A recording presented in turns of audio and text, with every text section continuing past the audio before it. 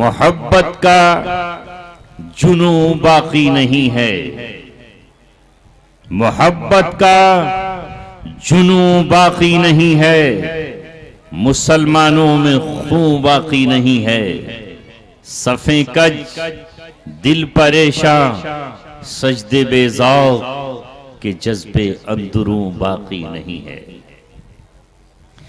की मोहम्मद से वफा तूने तो हम तेरे हैं, की मोहम्मद से वफा तूने तो हम तेरे हैं। ये जहां चीज है क्या, लोहो कलम तेरे हैं। सरजमीने धौलड़ी पर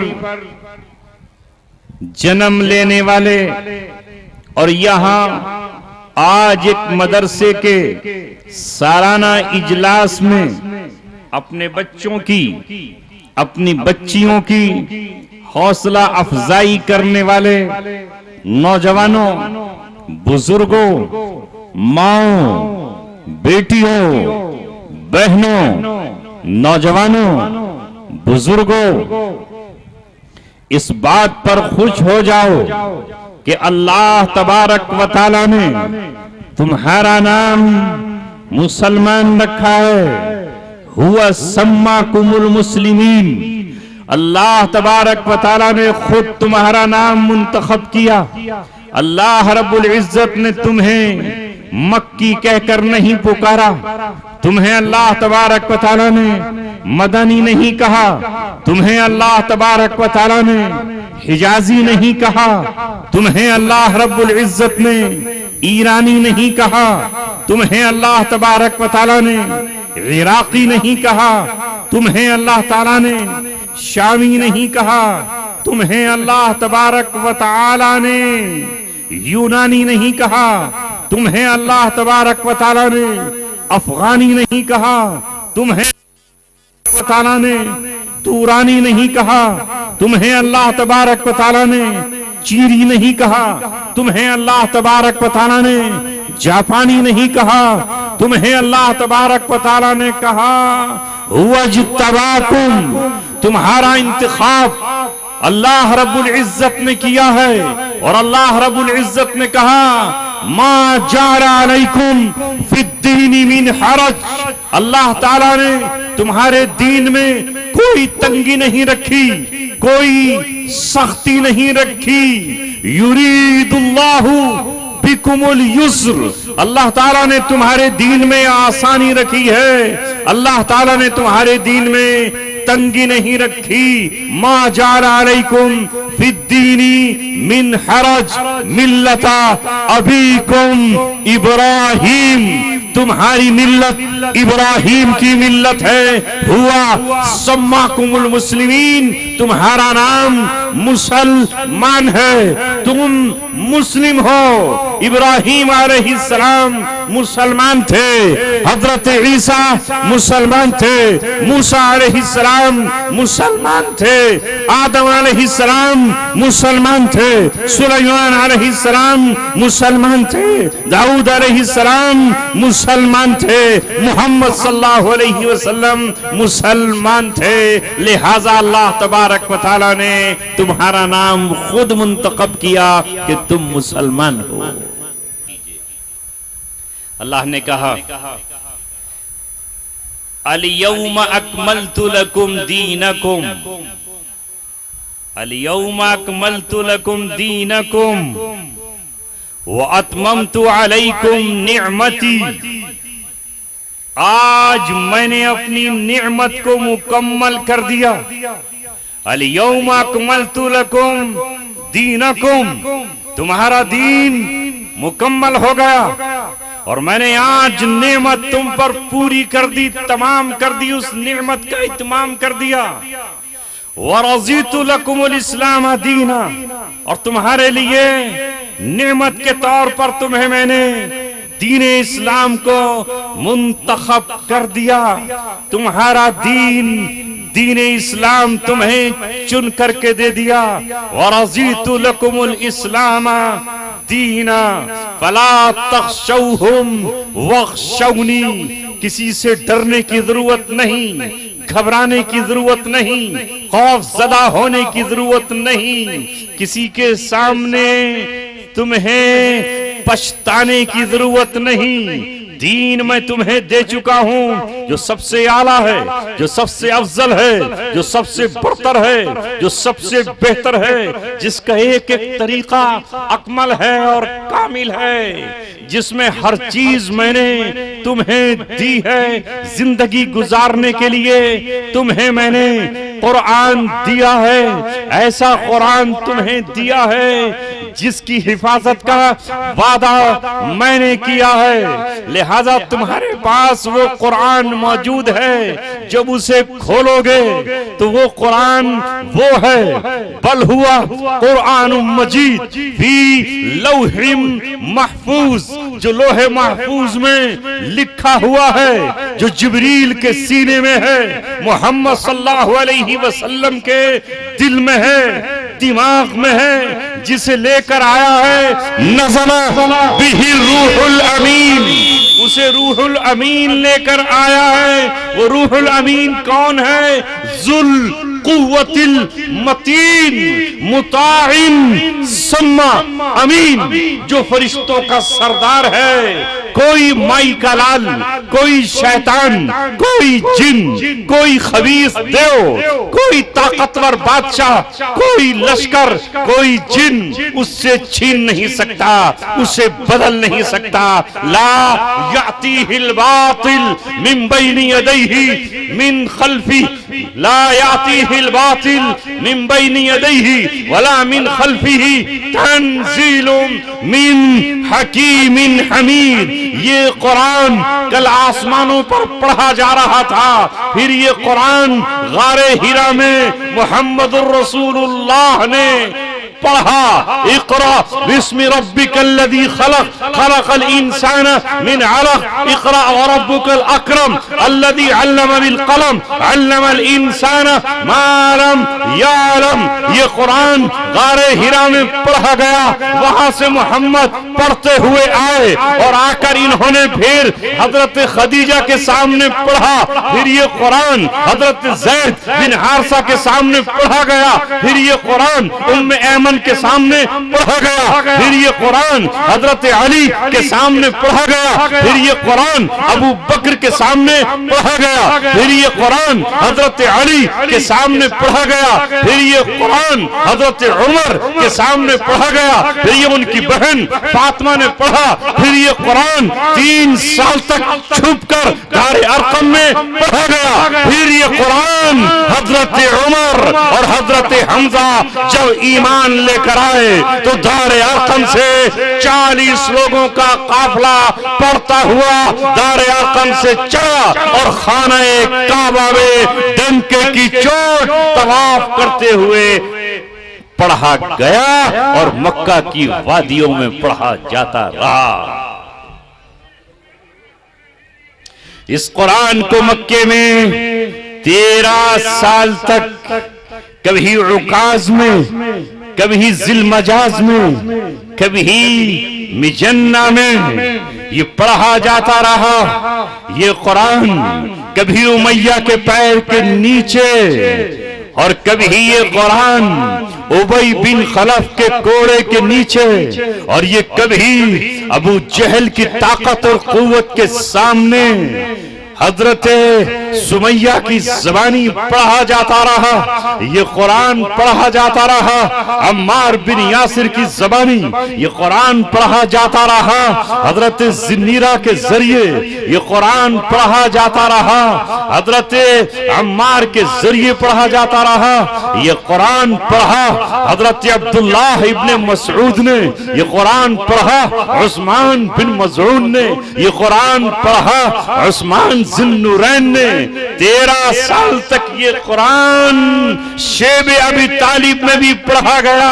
ये कुरान ये ताइफ की गलियों में अब्द यालैल, हबीब और मसऊद के सामने पढ़ा गया। ये कुरान पढ़ा मुहम्मदुर रसूलुल्लाह सल्लल्लाहु अलैहि वसल्लम ने और फिर ये कुरान 13 साल के बाद मदीने मुनव्वरा में मुसअब बिन उमैर ने पढ़ा ये कुरान, साद बिन उबादा ने पढ़ा ये कुरान, साद बिन मुआज ने पढ़ा ये कुरान, असद बिन जुरारा ने पढ़ा ये कुरान, फिर पढ़ा ये कुरान पढ़ा मोहम्मद सल्लल्लाहु अलैहि वसल्लम के मानने वालों ने मक्का में पढ़ा, मदीना में पढ़ा।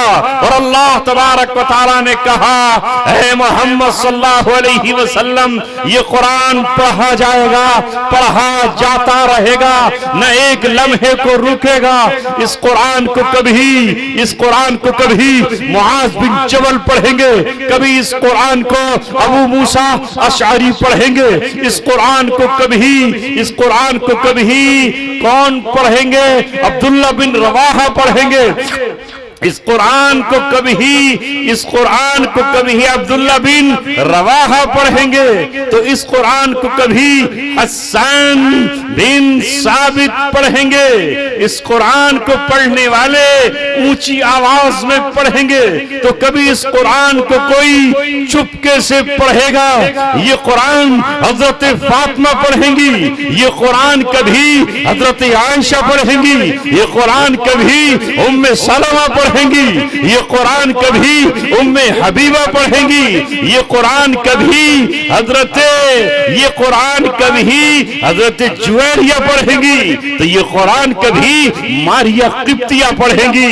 अल्लाह रब्बुल इज्जत इस कुरान को उतार चुका है, इस कुरान को नाजिल कर चुका है। रमजान आएगा तो ये कुरान पढ़ा जाएगा। इस कुरान को अमीर भी पढ़ेंगे, तो इस कुरान को फकीर भी पढ़ेंगे। इस कुरान को एक माली का बेटा पढ़ेगा, तो इस कुरान को एक गरीब का बच्चा पढ़ेगा। इस कुरान को हबशे का नजाशी पढ़ेगा, तो इस कुरान को जाफर तैयार हबशे की सरजमीन पर जब नजाशी के सामने पढ़ेगा, तो नजाशी का दिल पिघल जाएगा और नजाशी कुरान के सामने अपना दिल दे बैठेगा और इस्लाम कबूल कर बैठेगा। ये कुरान उतर चुका है और सुबह कयामत तक इसको पढ़कर एक क्रिकेटर यूसुफ जोहन्ना इस्लाम कबूल कर लेगा, इसे कोई रोक नहीं पाएगा। लिहाजा अजीजों और साथियों, आपको अल्लाह तबारक व तआला ने वो किताब अता की है जिसका लफ्ज लफ्ज नूरानी है और जिसके हर लफ्ज में वो तासीर है, जिसमें ईमान की किरणें छुपी हुई हैं। ये अल्लाह रब्बुल आलमीन का कलाम है, इसलिए इसको कहा गया ये क्या है? ये अल्लाह तबारक व तआला का कलाम है, ये रब्बुल आलमीन का कलाम है। ये कोई मामूली चीज नहीं है। जिस जगह बैठे हुए हो, इस जगह का नाम मदरसा है। यहाँ अल्लाह तबारक व तआला का कलाम पढ़ा जाता है, यहाँ अल्लाह तबारक व तआला का कलाम पढ़ा जाता है। इसकी अजमत को पहचानो, इसके मकाम को जानो। दुनिया में न जाने कितनी पहाड़ियां हैं, दुनिया में न जाने कितनी वादियां हैं, दुनिया में न जाने कितने गार और कितनी गुफाएं हैं। आपके यहाँ मौलाना आसिफ तशरीफ लाए हुए हैं, जिनका बयान आखिर में होगा, जिनका नाम मौलाना आसिफ है। उनके यहाँ न जाने कितनी वादियां हैं, जहाँ गुलमर्ग भी है, न जाने कितनी वादियां हैं। मगर मुझे बताओ कितनी खूबसूरत वादियां होंगी, कितनी झीलें होंगी और कितने वहां दरख्त होंगे। मगर क्या किसी वादी को वो मकाम हासिल है जो गारे हीरा को हासिल है? वो गार जिसे जबल नूर कहा जाता है, वो जबल नूर क्यों है? वो जबल नूर इसलिए है कि वहां अल्लाह तबारक व तआला की नूरानी आयतें आई हैं।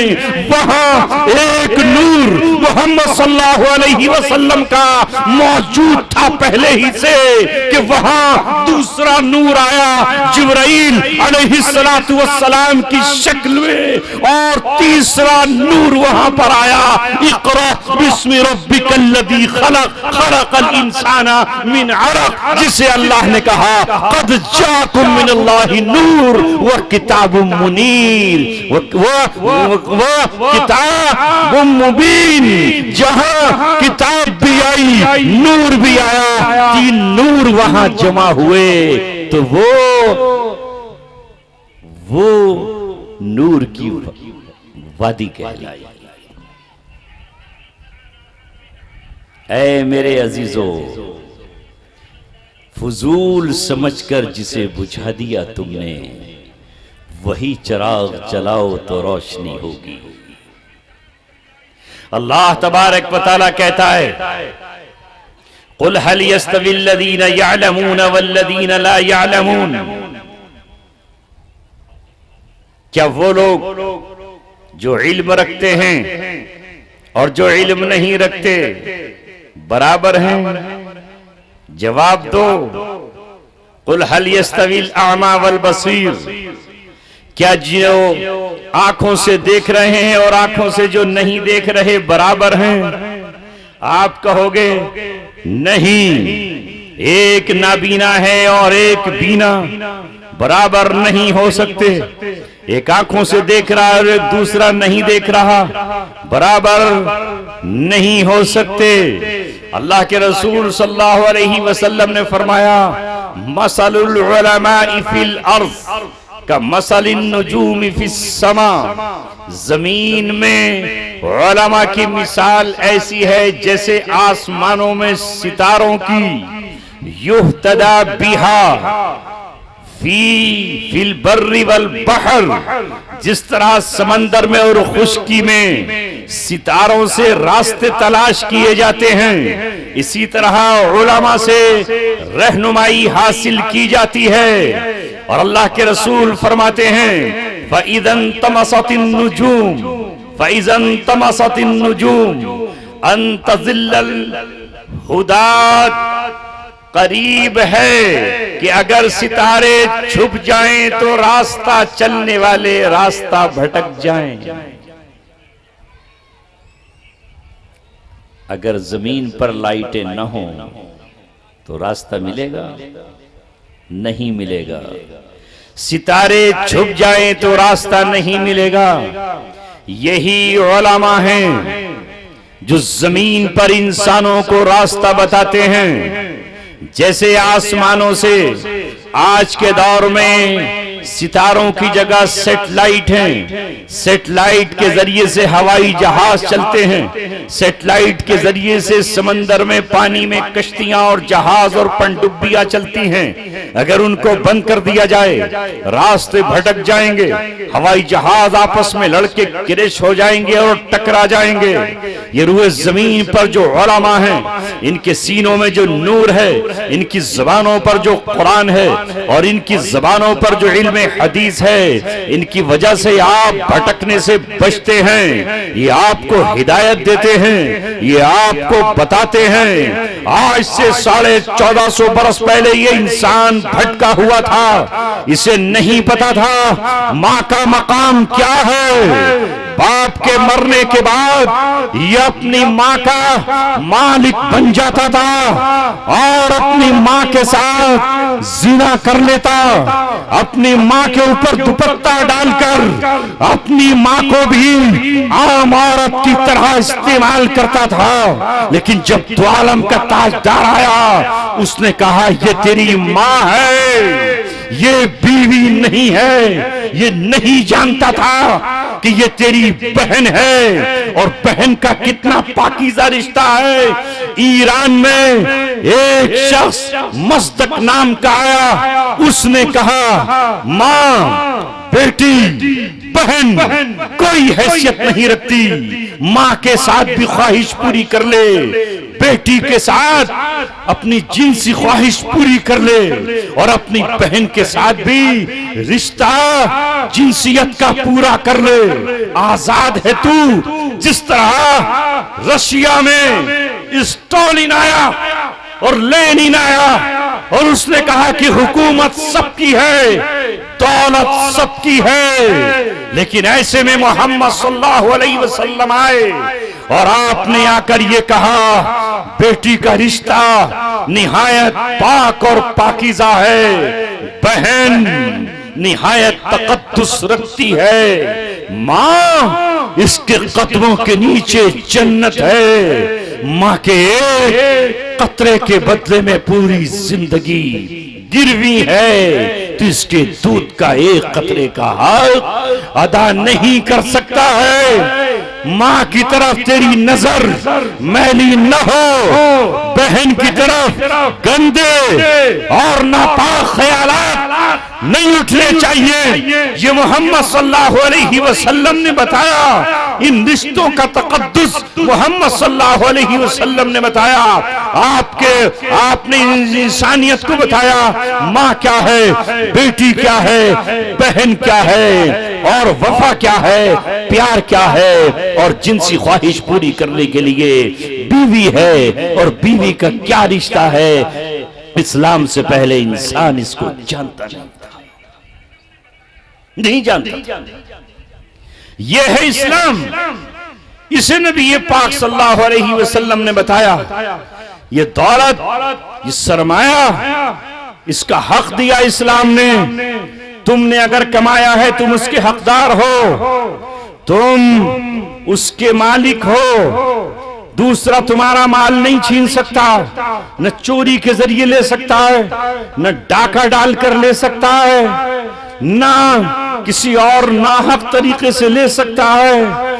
चोरी भी जुर्म है, डाका जुर्म है। तुम्हारा एक सिक्का भी तुम्हारी मर्जी के बगैर तुमसे छीनना हराम और नाजायज है। अगर इस दुनिया में सही हुकूमत कायम हो तो तुम्हारा एक सिक्का भी तुम्हें अदालत दिलाएगी, और अगर इस दुनिया में कोई अदालत नहीं दिलाती तो अल्लाह तबारक व तआला ने एक दिन कायम किया है, वही यौमे हिसाब है, वही कयामत का दिन है। उस दिन इंसाफ की अदालतें कायम होंगी, और उस दिन अल्लाह तबारक व तआला कमजोरों को उनका हक दिलाएगा और गरीबों को उनका, उस दिन अल्लाह तबारक व तआला बदला दिलाएगा।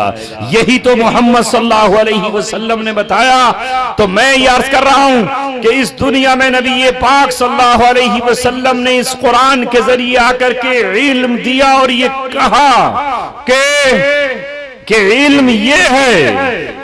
पहला मदरसा नबी पाक सल्लल्लाहु अलैहि वसल्लम ने आकर के कायम किया कि जो जानता है और जो नहीं जानते वो बराबर नहीं है। एक ऐसी जमात तैयार किया आपने, एक ऐसा गिरोह तैयार किया, एक ऐसा माशरा तैयार किया, एक ऐसा समाज तैयार किया, एक ऐसा शहर तैयार किया, एक ऐसी बस्ती तैयार की, एक ऐसी हुकूमत तैयार की, एक ऐसा आपने खानदान तैयार किया जहां उल्फतें थी, जहां मोहब्बतें थी, और बताया कि खून की कीमत क्या है। एक खून का कतरा भी किसी का नाहक नहीं बहना चाहिए। जो दूसरों का खून बहाते थे वो एक खून के कतरे के लिए कुर्बानियां देने के लिए तैयार हुए कि नहीं हुए। मुझे आपसे अर्ज करना है कि आज इन तालीम गाहों की कद्र कर लीजिए। इन चिरागों को बुझाना नहीं है। मैं ये अर्ज कर रहा था कि अगर इन उलमा को हटा दो तो कौन बताएगा आपको कि इंसानियत क्या है। अगर इन उलमा को निकाल दो तो कौन बताएगा आपको।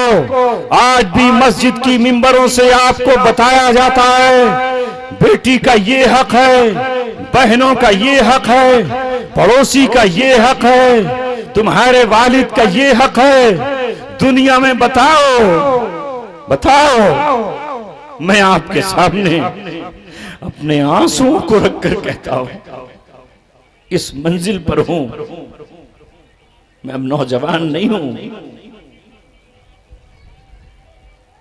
मुझे मेरे बेटे ने चंद दिनों पहले फोन करके ये कहा, अब्बा जान तुम्हारे पास 600 रुपए हैं। मैंने कहा क्या करूंगा। कहा मैं एक हॉस्पिटल में हूं और यहां दो बूढ़े शख्स है, एक शौहर है, एक बीवी है, और उनके पास 600 रुपए नहीं है, उन्हें डिस्चार्ज होना है। 600 रुपए उनके पास नहीं है, उन्हें डिस्चार्ज होना है, और आपके पास 600 रुपए हो तो मेरे अकाउंट में डाल दो। वो फरियाद कर रहे हैं, 1 महीने से भर्ती हैं, उनका बेटा देखने नहीं आया, और अब्बा जान इमदाद के पैसे हो तो डालना, ज़कात के नहीं।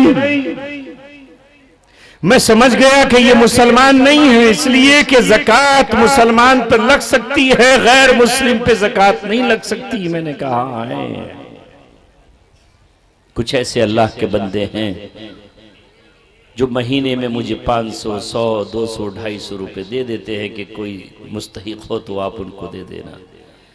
मैंने तुरंत 600 रुपए डाले।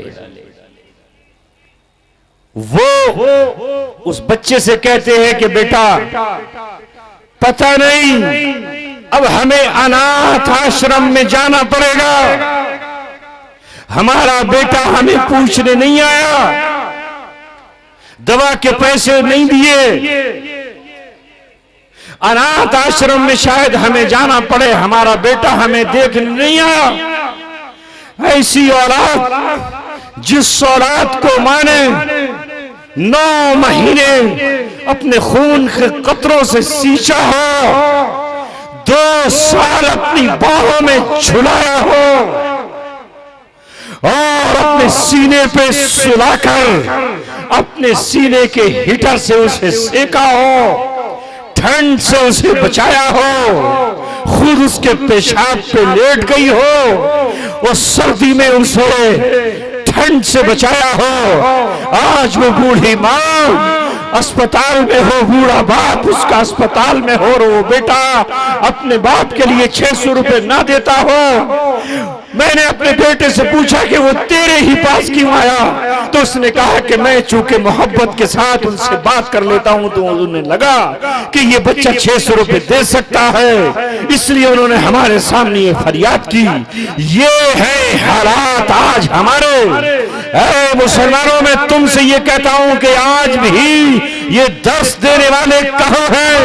ये मिंबरों में मेहराब पर खड़े हुए तुम्हारे उलमा हैं, तुम्हारे इमाम हैं, तुम्हारे मुअज्जिन हैं, तुम्हारे आलिम हैं।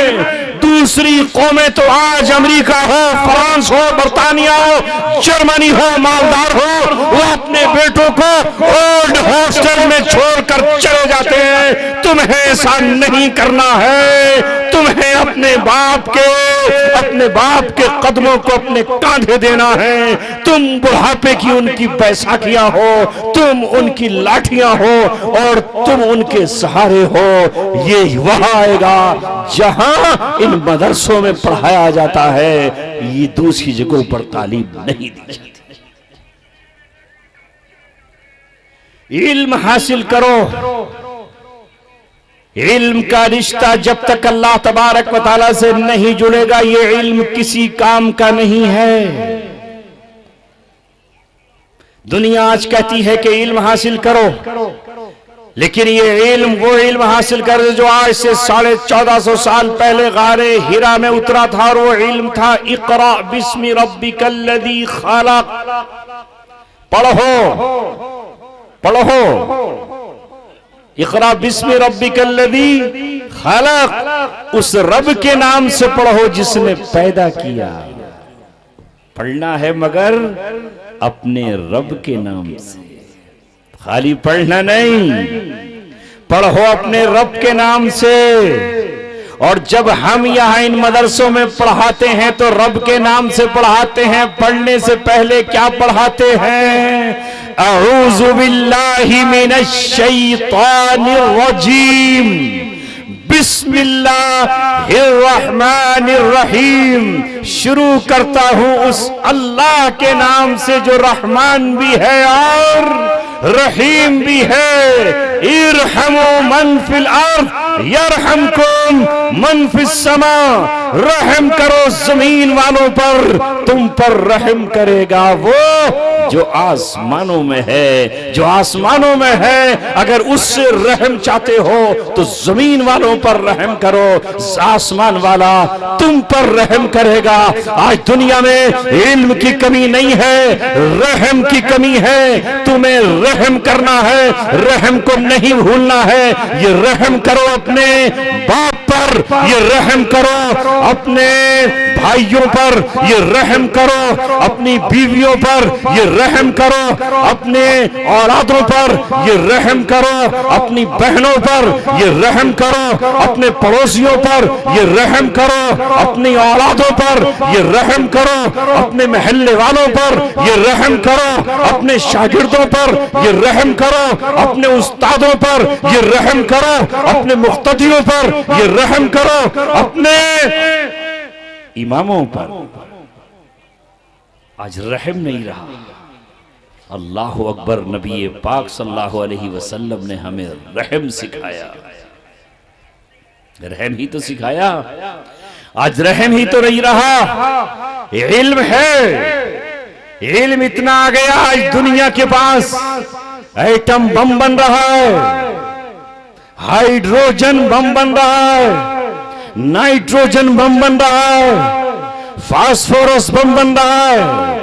बन रहा है कि नहीं? किसके लिए? किसके लिए? किसको मारा जाएगा और किसको मारा गया? मुसलमानों को बदनाम करने वालों, आईने में अपनी तस्वीर देखो। मुसलमानों ने आज तक एटम बम इंसानों पर नहीं डाला, जानवरों पर नहीं डाला, समंदर की मछलियों पर नहीं डाला। अगर एटम बम अगर किसी ने गिराया तो मुझे बताओ किस पर डाला गया और किसे बर्बाद किया गया, किसको तबाह किया गया? बताते क्यों नहीं दुनिया को? आज दुनिया में जमीन पर भी जंग लड़ी जा रही है, जहनों में जंग लड़ी जा रही है, मीडिया पर जंग लड़ी जा रही है और दिमागों में जंग लड़ी जा रही है। जो बदनाम किया जा रहा है, हिरोशिमा और नागासाकी जापान के दो मुल्क थे। सन 1945 में इन दो शहरों पर एटम बम अगर गिराए तो बताते क्यों नहीं सारी दुनिया को? ये दौर है बताने का दुनिया पर। जंग की जद में जो मुल्क आया वो जापान था और उस पर जिन पर बम गिराया गया वो मुसलमान मुल्क नहीं थे, वो बुद्ध धर्म के मानने वाले थे, वो गौतम बुद्ध के मानने वाले थे और उनको मारने वाले ईसा अलैहिस्सलाम के मानने वाले थे, ईसाई मजहब के मानने वाले थे। जबकि ईसा अलैहिस्सलाम ने अपनी पूरी जिंदगी में किसी एक शख्स के थप्पड़ भी नहीं मारा होगा, तो ये ईसा अलैहिस्सलाम के मानने वाले गांव 2.5 लाख लोग एक ही लम्हे में लुक़्मा अजल बन गए कि नहीं? बोलो। ये है अमन पसंद। और आज भी पूरी दुनिया को जंगों में मुब्तला किसने किया हुआ है? किसने मुब्तला किया हुआ है? कौन है अमन का पैगाम्बर? हम हैं अमन वाले, हम अमन की बात करने वाले, सारी दुनिया में अमन की बेस पर बैठने वाले हम, अमन की बात करने वाले हम हैं। और आज भी हम कहते हैं अमन की बात करो। तुम्हारा नबी अमन के शहर में पैदा हुआ, वो शख्स अमन के शहर में पैदा हुआ है। उसका शहर ला उक़्सिमु बिहादल बलद व अंत हिल्लुम बिहादल बलद वत्तीन वज़्ज़ैतून वतूर सीनीन वहादल बलदिल अमीन। ये शहर अमीन है और ये अमन का शहर है। उस मक्का में आज नहीं, ज़माने जाहिलियत से दस्तूर चला रहा है कि अगर उनके बाप का कातिल भी मक्का मुकर्रमा में दाखिल हो जाए तो वो अपने बाप के कातिल को भी कत्ल नहीं करते। वो शहर हमारा किबला है। वहां हम हज करते। बात इधर से उधर चली जाएगी, लेकिन मुझे अपनी बात को लेकर आना है कि ऐ लोगों, इन मदरसों की कद्र कीजिए जहां पर कुरान पढ़ा जाता है, जहां पर नबी पाक सल्लल्लाहु अलैहि वसल्लम की हदीस पढ़ी जाती है। मगर आज हमने इन मदरसों के मकाम को खो दिया है, और उसकी वजह यह है कि आज हम ये समझते हैं कि इन मदरसों में कुछ नहीं पढ़ाया जा रहा। मुझे ईमानदारी से बताओ कि सबसे आला, सबसे अफजल, सबसे बरतर, सबसे ऊंची जात किसकी है? मैं अभी आपके गांव में दाखिल हुआ और आपकी बस्ती में मैंने कदम रखा और आपके मदरसे में कदम रखा, तो नौजवानों, तुमने जो अपनी जबान से नारा बुलंद किया, जो आपने एक कलमा बुलंद किया, वो कलमा क्या था? आपने क्या कलमा बुलंद किया जरा बताओ। वही किया ना जो मस्जिद की मीनारों से आप 5 वक्त बुलंद करते हो, वो क्या था? जरा एक बार दोबारा से उसको गुनगुनाओगे, वो क्या था?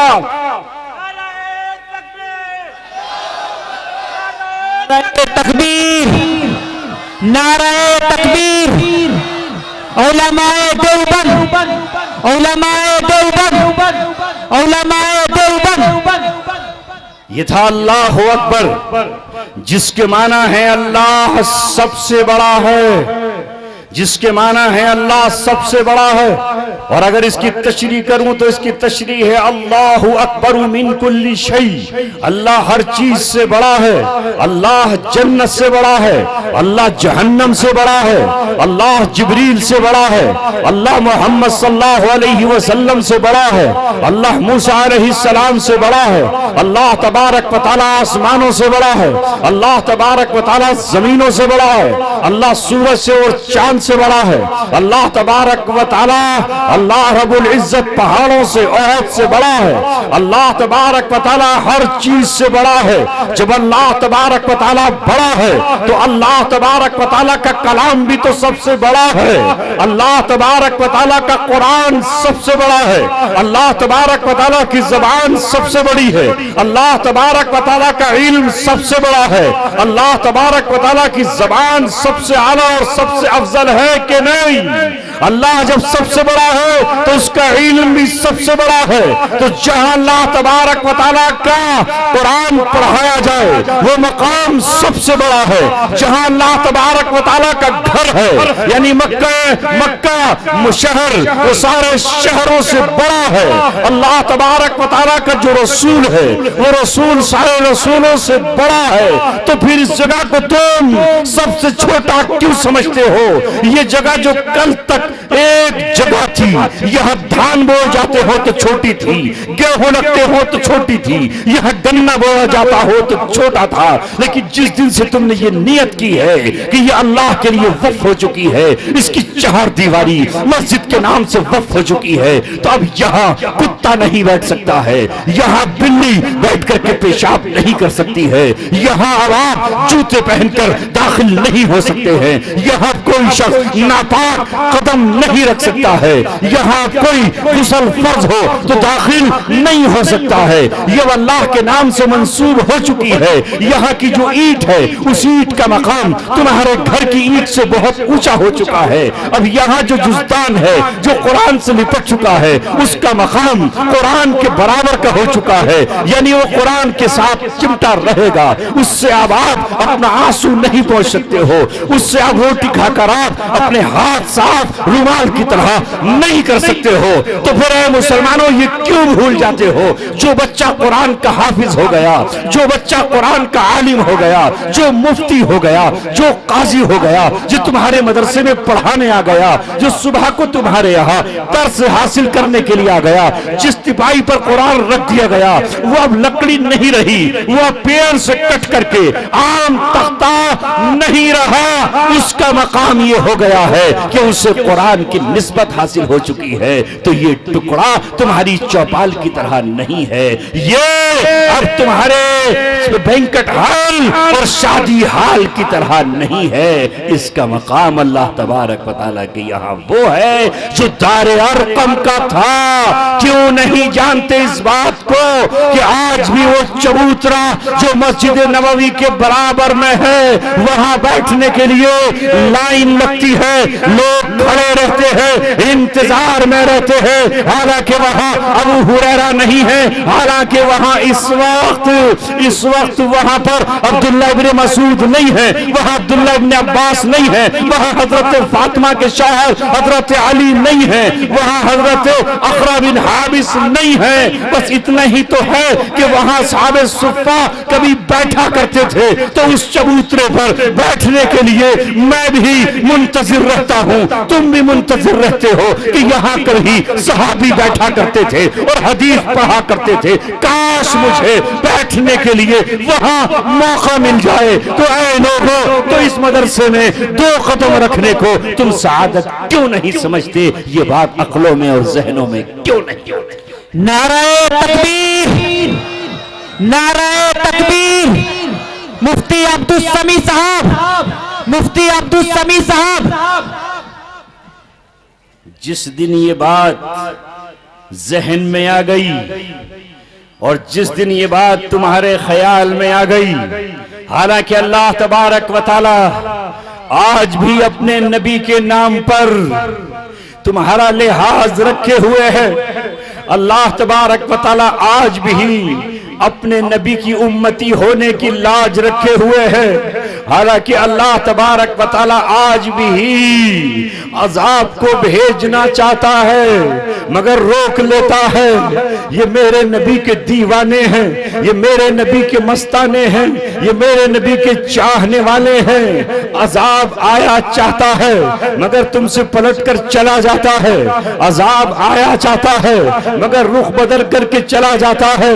नौजवान नाचते होते हैं, डीजे पर झूमते होते हैं, हाथों में शराब के जाम होते हैं, होठों से लगे होते हैं, हलक से नीचे उतरे हुए होते हैं, आंखें जिना के मंजर देख रही होती हैं और दिल जिनाकारी कर रहे होते हैं और कान जिना से लथपथ होते हैं और जबान नशे से सरशार होती है और आंखें किसी जुल्फ दराज लड़की से बातें कर रही होती है। अल्लाह तबारक व तआला चाहता है इस आंखों के नूर को छीन लूं और इसे अंधा कर दूं, जबान इसकी खत्म करके इसे गूंगा बना दूं, पैरों पर इसके लखवा गिराकर इसे एक धड़का कर दूं। मगर अल्लाह कहता है ये मेरे नबी का उम्मती है, शायद रात को तौबा कर ले, जुमे के दिन नमाज अदा कर ले।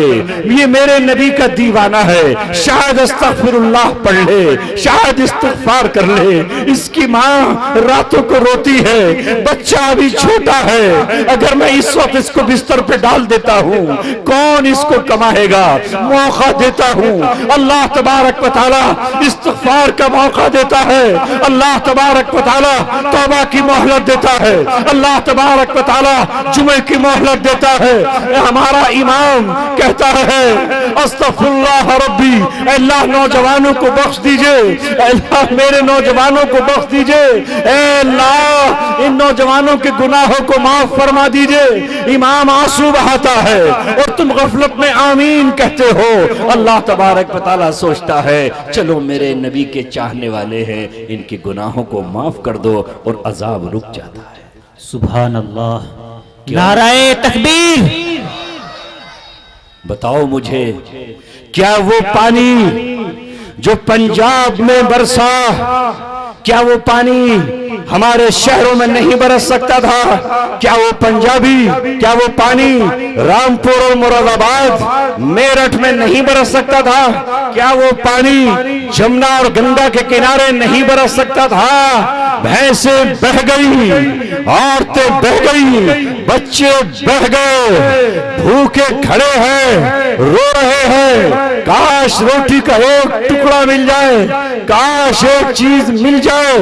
और हम हैं कि गुनाह पर गुनाह कर रहे हैं, हम हैं कि मोबाइलों पर लगे हुए हैं, हम हैं कि गुनाहों पर लगे हुए हैं, हम हैं कि शादी हालों में नाचने पर लगे हुए हैं और हमें कोई फुर्सत ही नहीं है। नहीं, ये उस नबी का सदका है, ये आज भी सदका है। ये इन 6 बच्चियों ने कुरान पढ़ा रहा है, इन्हें नहीं पता क्या हो रहा है, मगर ये कुरान पढ़ रही हैं। रब्बिग़फिर वरहम वअंतल अज़्ज़ुल अकरम, ऐ रब गुनाहों को माफ फरमा दीजिए। रब्बिग़फिरली वरहमनी, ऐ रब गुनाहों को माफ फरमा दीजिए। कोई बूढ़ी माँ है जो गुनाहों की मग़फ़िरत कर मांग रही है, इन उलमा के मकाम को पहचान लीजिए।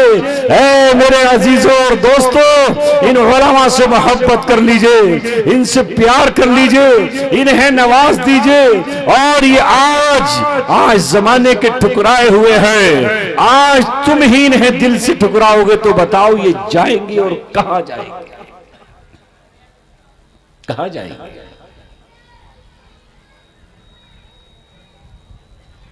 इन्हीं उलमा की बदौलत इस्लाम आज हम तक पहुंचा है। मैं पढ़ता हूं, कल भी पढ़ रहा था, सोचा था दिन भर आज पढ़ूंगा और उलमा की कुर्बानी आपके सामने बयान करूंगा। ऐसे नहीं आया इस्लाम हम तक। अल्लाह अकबर। अगर इजाजत दो तो कह दूं, हर दौर में उलमा ने हुकूमतों का मुकाबला किया। इमाम अबू हनीफा रहमतुल्लाह अलैहि खड़े हो गए, हिशाम इब्न अब्दुल मलिक, सिक्का चल रहा है, कुव्वत और ताकत उसके हाथ में है, लेकिन क्या मजाल के उसके सामने सर झुका दें। ताकत और कुव्वत है, लेकिन हक बोलते रहे। हजरत हसन बसरी रहमतुल्लाह अलैहि लोग महल तामीर कर रहे हैं, दरवाजों पर पहुंच जाते और जाकर लोगों को हक बात बताते। आपको हक बताने वाला कड़वा नजर आता है, लेकिन वो हक बताते रहे। हिशाम इब्न अब्दुल मलिक ने कोड़े लिए और अपने वक्त का इमाम अबू हनीफा ने उसके खिलाफ आवाज खोली, जबान खोली, कोड़े बर्दाश्त किए। और उसके बाद जब अबू जाफर मंसूर आया तो अबू जाफर मंसूर ने भी आपसे कहा कि आप हमारे खिलाफ जबान न खोलें, लेकिन इमाम अबू हनीफा रहमतुल्लाह अलैहि ने उसके खिलाफ भी फतवा दिया। उसके काजी के खिलाफ कहा कि तुम्हारे काजी ने 6 गलतियां की हैं। एक दीवानी औरत पर जो उसने फतवा दिया है उसमें 6 गलतियां की हैं। लिहाजा अबू जाफर मंसूर ने फिर उनसे ये कहा कि आपको हमारी औहदे क़ज़ा हासिल करना होगा। लेकिन इमाम अबू हनीफा ने कहा मैं तेरा औहदे क़ज़ा कभी हासिल नहीं करूंगा। लिहाजा उसने उन पर कोड़े लगवाए। इतना बड़ा इमाम, अपने जमाने का इमाम, कोड़े खा रहे हैं। उसके बाद फिर जेल डाल दिया गया उन्हें, जेल के अंदर रहे और फिर जहर का प्याला उनको दे दिया गया। जेल बर्दाश्त की, कैद में रहे, जेल में जहर का प्याला पी लिया, लेकिन बादशाह से सुलह नहीं की और मौत को अपने गले लगा लिया। और गले लगाकर ये कहा कि हम कभी अपनी गर्दन नहीं झुकाते और अपने कलम को बेचा नहीं करते और कभी अपना सर नहीं झुकाया करते। ये इमाम अबू हनीफा रहमतुल्लाह अलैहि है और उन्हीं का जमाना है।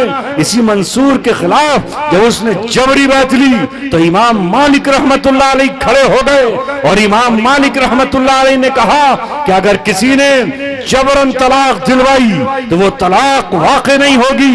और मंसूर जबरन बैत ले रहा था, उन्होंने कहा कि ये जबरन अगर बैत लेता है तो उसकी बैत वाक़ई नहीं होगी। हजरत इमाम मालिक के शाने उतार दिए गए और उन्हें गधे पर बिठाकर उनका मुंह काला किया गया। लेकिन इमाम मालिक रहमतुल्लाह अलैहि ने कहा सुनो, अना मालिक इब्न अनस, मैं अनस का बेटा मालिक हूं।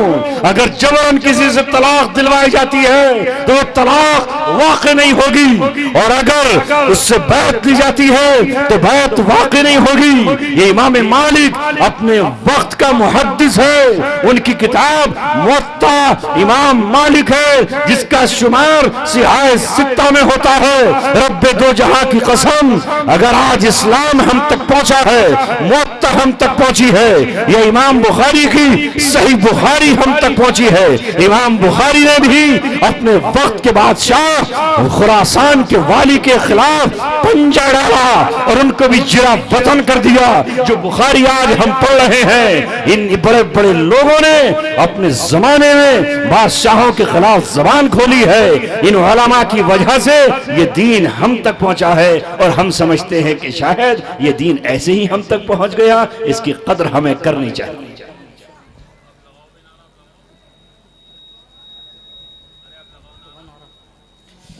नाराए तकबीर, उलमाए देवबंद, उलमाए देवबंद।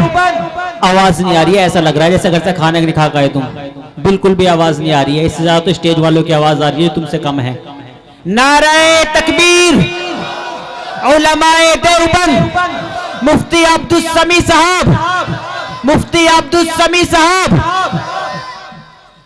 हर दौर में कोई न कोई फितना रहा और उस फितने का मुकाबला करने के लिए अल्लाह तबारक व तआला ने शख्सियात को खड़ा कर दिया और वो शख्सियात मुकाबला करती रही।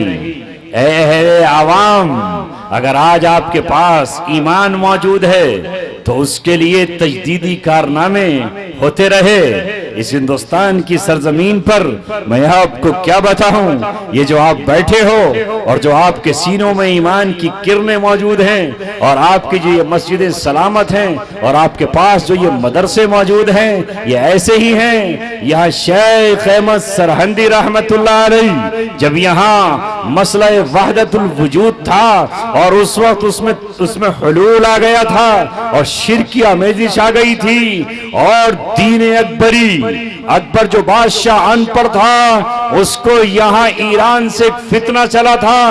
आपको तो पढ़ने की फुर्सत भी नहीं है, आप उसे पढ़ भी नहीं सकते हैं, आपके पास तो वक्त भी नहीं है। उस फितने को कला कमा करने के लिए हजरत मुजद्दिद अल फसानी रहमतुल्लाह अलैह उठे, एक तरफ वहदतुल वजूद का खात्मा किया और दीन अकबरी के खिलाफ सीसा पिलाई हुई दीवार बन गए।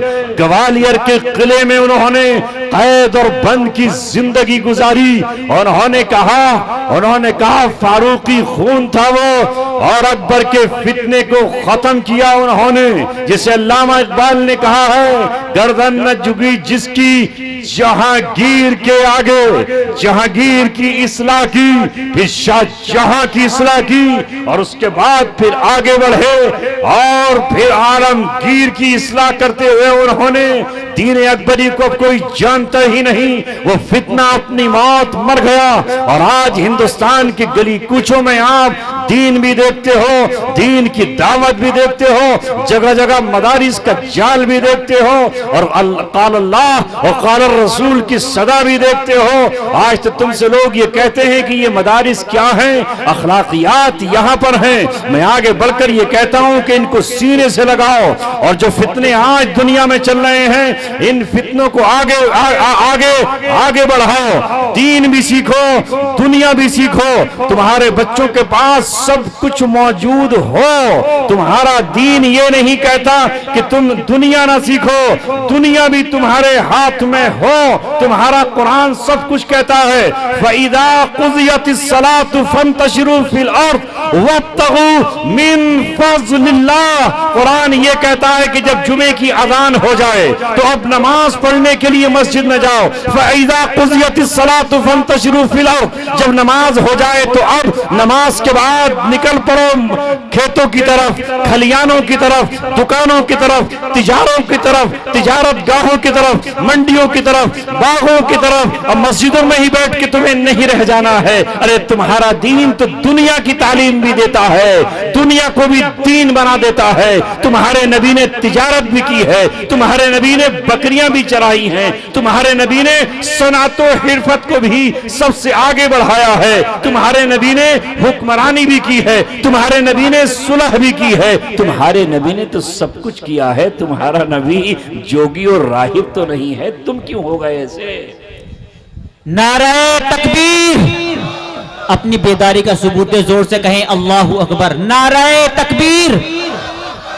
उलमाए देवबंद मुफ्ती अब्दुल समी साहब, हाँ, फितनों से बचना है और फितनों के साथ साथ बहुत बड़ा खित्ता तुम्हें काम करने के लिए मिला है। हिंदुस्तान कोई छोटा बड़ा मुल्क है और कितनी बड़ी आजादी है यहां। अभी बहुत बड़ी आजादी है हिंदुस्तान में, इसकी कदर कर लो। हमें रोना बहुत आता है, तबसरे बहुत आते हैं, तनकीदें बहुत आती हैं। चाय की प्याली पर चुस्की हमारी जब चलती है तो बस फिर पूरी दुनिया पे तबसरे हमारे आते हैं। ये सब छोड़ो, काम की बातें करो, काम की। अपनी हिस्से का काम करना शुरू करो और फिर उस काम करो। इस मदरसा है तो इसकी तरक्की, स्कूल चला रहे हो तो उसकी तरक्की। एक दूसरे के क्या कहते हैं उसे, कंपटीशन,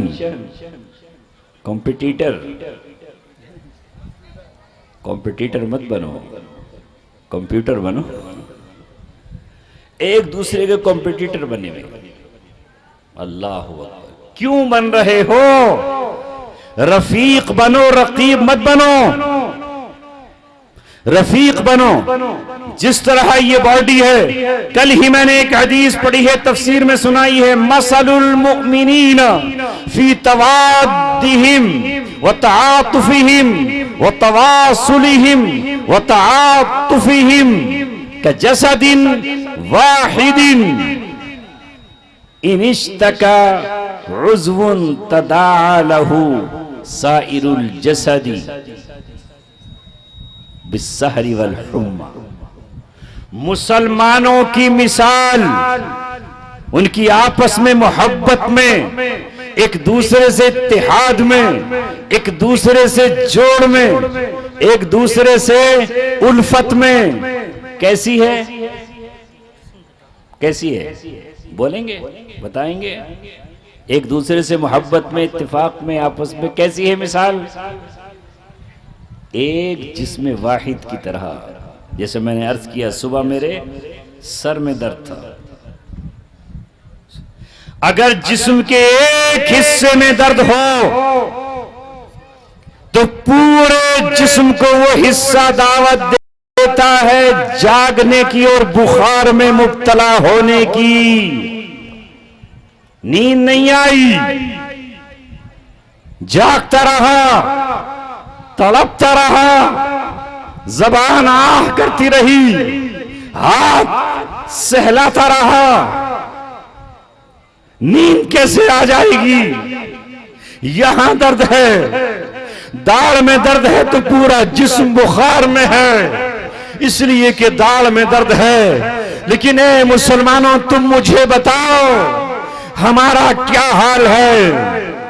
एक जगह तकलीफ है तो हमें उसका एहसास तक नहीं है। हम चादर तान कर सोए हुए हैं, पड़ोसी भूखा है, हमें उसकी भूख का एहसास नहीं है। हमारा तो हाल ये है कि हम ही अपने भाई के दुश्मन बने हुए हैं। हम उसका हाथ काटने तैयार हैं, हम उसके जिस्म के टुकड़े करने तैयार हैं, हम उसके खेत को जलाने के लिए तैयार हैं, हम उसका मकान जलाने के लिए तैयार हैं, हम उसका घर बंद करने के लिए तैयार हैं। तो हम मुसलमान हैं कहां? कौन सी बात हम पेश कर रहे हैं? हम आपस में एक दूसरे के दुश्मन हैं। इसने तरक्की क्यों कर ली है? ये तरक्की क्यों कर रहा है? एक मदरसा दूसरे मदरसे की मुखालफत कर रहा है, एक स्कूल दूसरे स्कूल की मुखालफत कर रहा है, एक दुकानदार दूसरे दुकानदार की मुखालफत कर रहा है। कल का जमाना ये था कि जब कोई ग्राहक एक दुकानदार के पास आता था तो वो शाम को ये कहता था, मेरे भाई मेरी बिक्री हो चुकी है, मेरी बिक्री हो चुकी है, मेरे घर का खर्च आज हो गया है, मेरा पड़ोसी आज उसके यहाँ कोई नहीं आया, तुम मेरे पड़ोसी दुकानदार से खरीद लो, शायद उसके यहाँ चूल्हा भी न चाहिए। नारे तकबीर। उलमाए देवबंद मुफ्ती अब्दुल समी साहब, मुफ्ती अब्दुल समी साहब। ये था मोहब्बत। इस मोहब्बत को तुम क्यों इसे नहीं, ये तुम्हारा दीन है। जिस दिन ये तुम अपनी पहचान बना लोगे उस दिन तुम्हें किसी से मांगने की जरूरत पेश नहीं आएगी। क्यों नहीं कर लेते? अपने डॉक्टर तैयार करो, अपने इंजीनियर तैयार करो, अपने उलमा तैयार करो। क्या देते हो अपने उलमा को? सोचो तो सही, सोचो तो सही, अपने उलमा को क्या देते हो तुम? वो कहां से पढ़ाएंगे, क्या करेंगे? और जब डॉक्टर तुम्हारे नहीं होंगे तो फिर तुम्हारा इलाज कहां होगा? किसके यहां इलाज किया जाएगा? पढ़ाई कहां से होगी? ये हर चीज की कदर करो। हम ये चाहते हैं कि हम ना पढ़ें और कोई कौम हमें नवाज दे, नहीं। आंधियों का काम है चिरागों को बुझा देना, तुम्हारा काम है चिरागों की हिफाजत करना। कल चिराग हुआ करते थे तो हम चिरागों की हिफाजत के लिए आंधियों को नहीं रोक सकते थे, मगर चिरागों की हिफाजत के लिए हम फानूस बनाया करते थे और शीशे के फानूस हुआ करते थे। जब चिरागों को शीशे के फानूस में रख दिया करते थे तो वो आंधियां फानूस में रखे हुए चिरागों को बुझा नहीं पाती थी। लिहाजा हम अपने हिस्से की मेहनत करें, एक बच्चे को आगे ले जाएं और उसका ये जहन बनाएं कि तुम्हें आगे बढ़ना है। फजूल खर्ची से अपने आप को रोक लें, फजूल खर्ची से अपने आप को रोक करके आगे बढ़ जाएं। नबी पाक सल्लल्लाहु अलैहि वसल्लम ने जो हमको कहा है उससे हम आगे बढ़ करके एक दूसरे से मोहब्बत करें। उलमा का तबका कमजोर है, गरीबी है हमारे यहाँ, इस गरीबी को दूर करें। क्यों नहीं घूमते हम अपने गांवों में और गांव में घूमकर हम ये देखें कि किसके घर में नल का पानी नहीं है। इस नल के पानी को अगर हम 10,000 रुपए खर्च कर दे तो उसका पानी आ जाएगा। एक बात और कहूं आपसे, मत जाओ फजूल खर्ची पर। अभी 2 दिन पहले मैंने कल नेट पर देखा, समझा रहा हूं आपको और इसलिए कह रहा हूं कि मेरे पास मुस्कुराहटें कम हैं, गम ज्यादा है। आपको सिर्फ अपनी जात का गम, मेरे दिल में है कायनात का गम। गम तो हर शख्स का मुकद्दर है, दिन का गम है किसी को रात का गम। बाप को लत शराब पीने की, माँ को बेटी के जेवरात का। ये राहत नवाज देवबंदी ने कभी ये बात कही थी और आज मैं देखता हूँ मेरी बीवी थोड़े थोड़े पैसे बचाती है और मुझसे कहती है कि मेरी बेटियाँ जवान हो गई हैं, मैंने कुछ पैसे बचा लिए हैं, मैं बनी है क्या जमा कर आई हूँ, इनके नाक और कान में पहनने का कुछ जेवर बन जाएगा। मैंने तुम्हें बताया नहीं था, थोड़े से जमा कर लिए। उसे यही गम है कि मेरी बेटियों के नाक कान के कुछ बन जाए।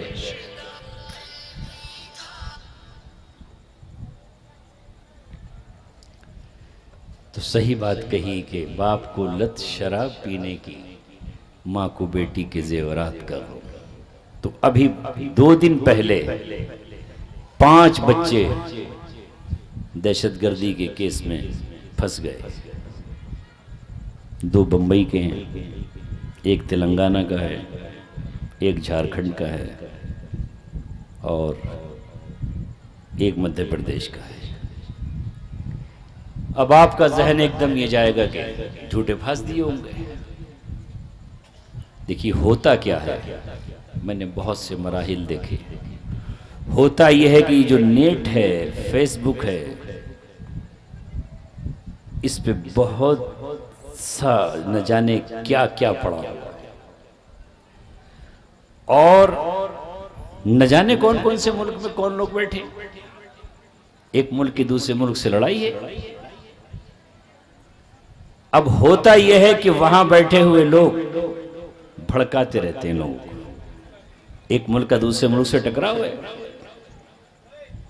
अब वहां बैठकर ये होता है कि देखो तुम्हारे मुल्क में ये जुल्म हो रहा है वो जुल्म हो रहा है, संभल में ऐसा हो गया, अब फला ने ये बयान दे दिया, अब ज्ञान वापी का ऐसा मसला चल रहा है, मथुरा में ऐसा हो रहा है, फला ऐसा हो रहा है। इन बच्चों की उम्र जो है वो कम होती है, 18 साल, 20 साल, 21 साल, 22 साल, जज्बात होते हैं। अब ये नेट पे शुरू हो जाते हैं।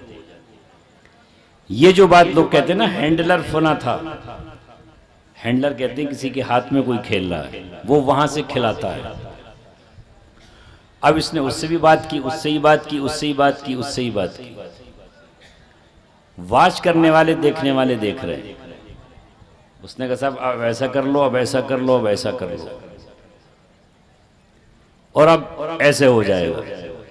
5-6 महीने उन पे नजर रखी, पता चला अब ये खरीद लाओ भाई, माचिस ले आओ, माचिस के ऊपर की वो छील लो। अब ये माचिस तो लिया है ना, अब तार ले आओ, अब कोई बल्ब खरीद लाओ, फुला कर लो। वो बैठा हुआ वहां पे बता रहा है, उसको ये पता नहीं कि मैं कहां बात कर रहा हूं। और भाई वहां बैठ करके इस्लामी हुकूमत आ जाएगी, तुम ये काम कर लो। अरे गधे, तू हमें बता रहा है यहां पे इस्लामी हुकूमत आ जाएगी, तू अपने यहां तो कायम कर ले भाई। तुम्हारा पूरा मुल्क मुसलमानों का है, 76 साल तुम्हें हो गए मुसलमानों के, अपने यहाँ कायम कर लो ना, हम कैसे कर लें? ये हमारी तादाद कितनी है, कैसे करेंगे? ये फंस गए। अब इंटरव्यू लेने वाला बेचारा, उसके बाप को मैं देख रहा था कि वो रो रहा था, बाप का हाथ बटाता था, कह रहा है भाई हम मुर्गी की मुंडी का काम करते थे, बच्चा मेरे साथ था, बंबई का रहने वाला। अब जब दिल्ली आएगा तो ईमानदारी से बचाओ, जब बताओ बंबई से जब आएगा तो खाली अकेला आएगा तो 10,000 का तो टिकट ही हो गया एक तरफ का, उधर से आएगा तो 20,000, वकील पकड़ेगा तो 5-7 लाख से कम के पैसे नहीं होंगे। भागा हुआ कहाँ जाएगा? जमीयत उलमा के पास। 10 साल से कम का सौदा नहीं है, रोती हुई माँ आएगी, वो क्या करेगी बेचारी? इसलिए मैं चूंकि बच्चों का बाप हूं, हर बच्चे को समझा रहा हूं कि इन चीजों में जाने की जरूरत नहीं है। बहुत से शोबे हैं काम के, अपना काम करो। ये मुल्क हमारा है, इसकी संपत्ति हमारी है, हर चीज हमारी है, यहां काम करो, बिजनेस करो, तिजारत करो, पैसे कमाओ, उससे खिदमत करो। आप जिस लाइन में हो उस लाइन में खिदमत करो।